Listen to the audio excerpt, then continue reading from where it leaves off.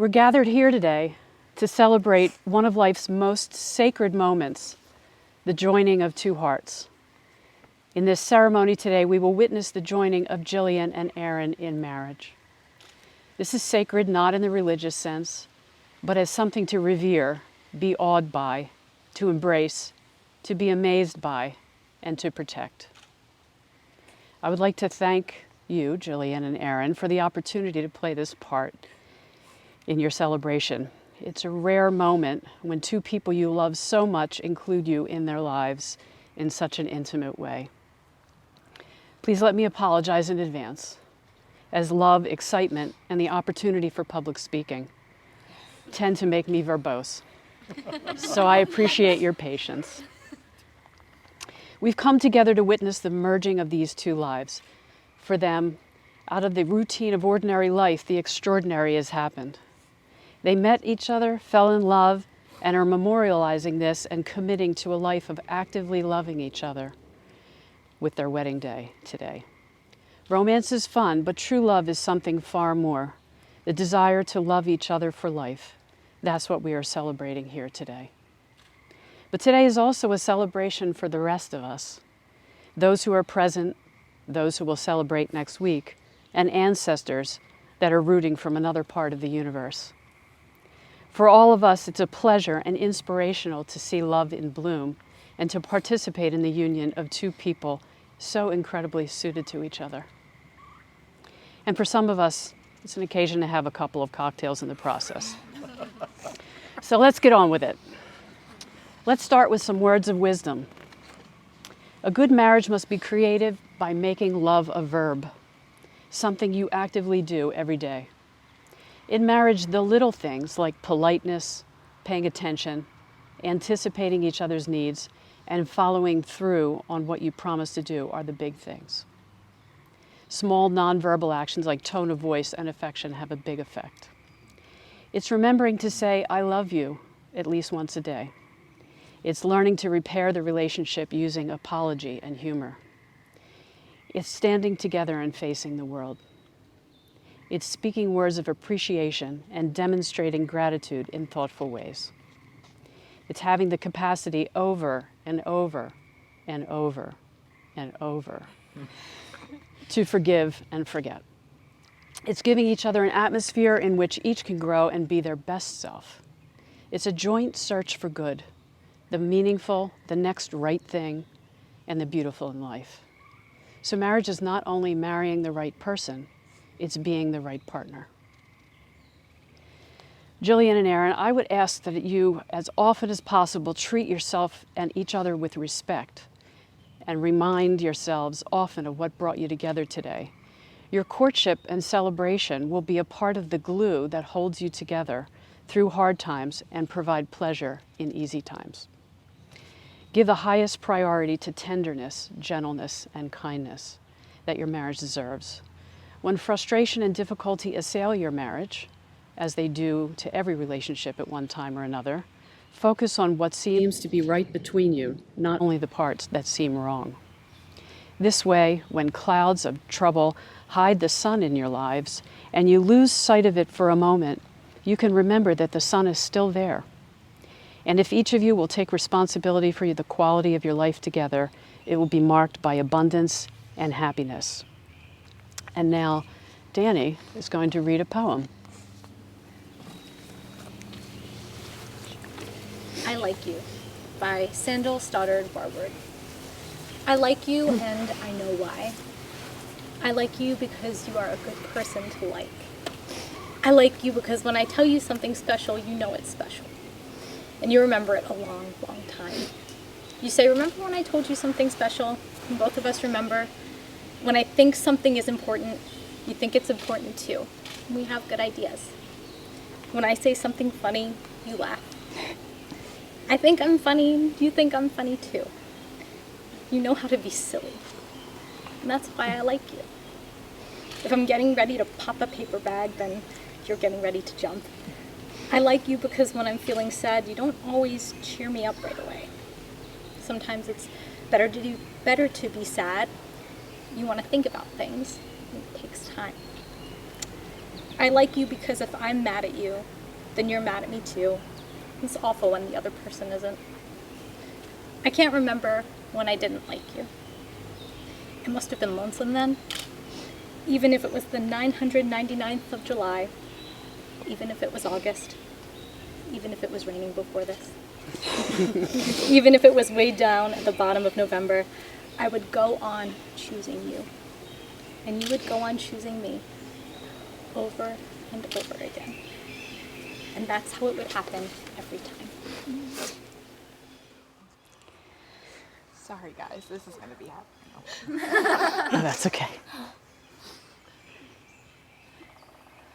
And now, if you could please take each other's hands so that you may see the gift that they are to you.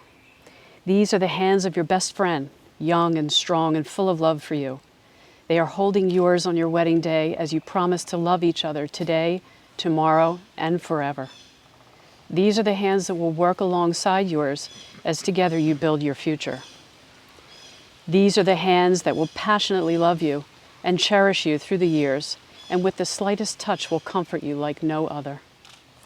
These are the hands that will hold you when fear and grief temporarily comes to you. These are the hands that will countless times wipe the tears from your eyes. You want to try that now? Teasing. Tears of sorrow and tears of joy. These are the hands that will tenderly hold your children, the hands that will join your family as one. These are the hands that will give you strength when you need it, support and encouragement to pursue your dreams, and comfort through difficult times. And lastly, these are the hands that even when wrinkled and aged, will still be reaching for yours, still giving you the same unspoken tenderness with just a touch. Okay, I would like to let you know a bit about Jilly and Aaron's love for each other that I gleaned from speaking with them, as well as love letters that they wrote each other for this occasion. But first, a haiku from one of my favorite books, Haikus for Jews. SJF, you all know what that means, right? Seeking eternal soulmate must be a professional.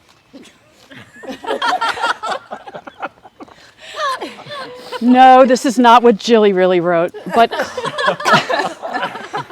clearly she found what she wanted in Aaron at a time in her life where, although she was fulfilled by family, friends, work, and a stimulating life in Center City, she had recently had some health challenges, a car accident, and a disappointing relationship. Jilly, you spoke not of interest in someone who looks good on paper, but having butterflies in response to Aaron's sense of humor, his smile, his sense of confidence, and a wonderful first kiss. More than these reactions in the first blush of courtship, your love was cemented by the challenges you and Aaron faced together. Aaron's resilience through these challenges and how each one made you both better people and more of a loving team.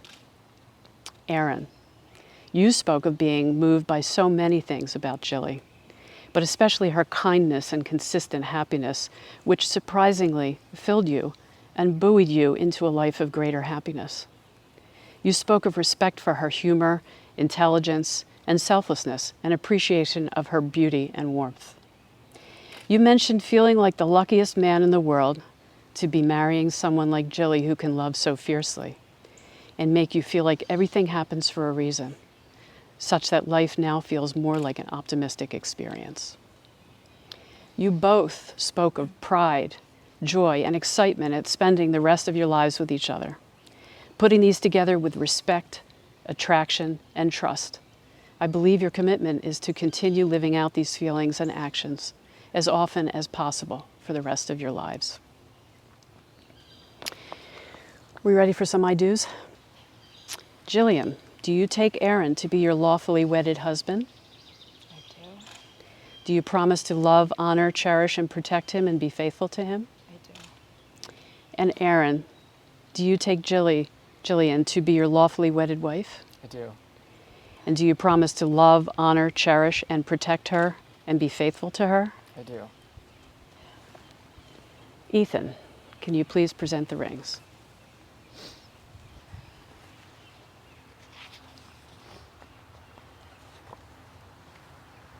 Okay, and repeat after me. I, Jillian, I, Jillian, take thee, Aaron, take thee, Aaron, to be my husband, to be my husband, to have and to hold, to have and to hold, in sickness and in health, in sickness and in health, for richer or for poorer, for richer or for poorer, in joy and sorrow. in joy and sorrow. And I promise my love to you. And I promise my love to you. And with this ring, And with this ring, I take you as my husband I take you as my husband for as long as we both shall live. for as long as we both shall live. Okay, now your turn. I, Aaron, I, Aaron, take thee, Jillian, take thee, Jillian, to be my wife, to be my wife, to have and to hold, to have and to hold, in sickness and in in health, sickness and in health, for richer or for poorer, for richer or for poorer, in joy and sorrow. in joy and sorrow. And I promise my love to you. And I promise my love to you. And with this ring, And with this ring, I take you as my wife I take you as my wife for as long as we both shall live. for as long as we both shall live. To make your relationship work will take love. This is the core of your marriage and why you're here today.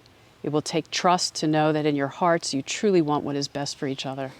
It will take dedication to stay open to one another and to learn and grow together.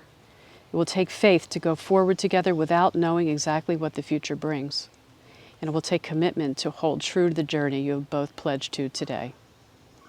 By the power vested in me by the state of Pennsylvania, I now pronounce Jillian Aaron to be wife and husband. Aaron, you may kiss the bride.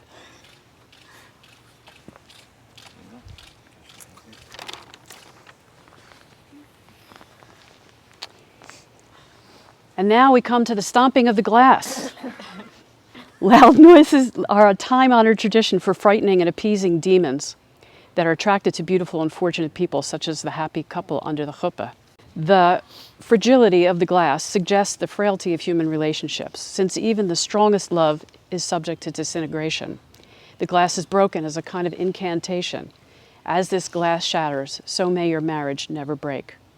So let us wish the couple to have demons banished and an unbreakable marriage as we yell Mazel Tov after Aaron breaks the glass. Hey, Mazel Tov! Good. Ladies and gentlemen, allow me to present for the first time Mr. and Mrs. Aaron and Jillian Oliver.